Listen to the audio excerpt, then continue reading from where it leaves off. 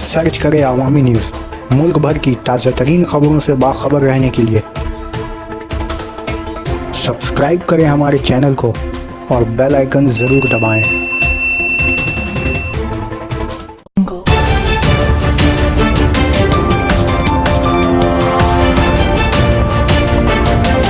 भारी बारिश का उम्कान कवी।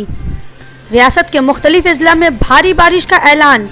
मौसम दफ्तरियात ने कहा कि 24 घंटों के अंदर रियासत के बेशतर अजला में भी बारिश व शदीद बरसात होने का उम्कान कवी है।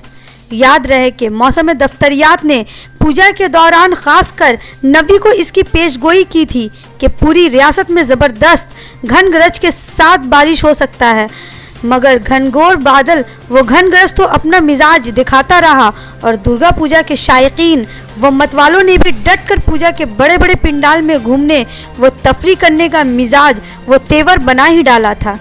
अब जबकि दुर्गा पूजा पूरे जोश व खरोश के साथ अपने चाहने वाले को अलविदा किया, तो अब बारिश ने भी अपना वादा पूरा करने की ठान ली है।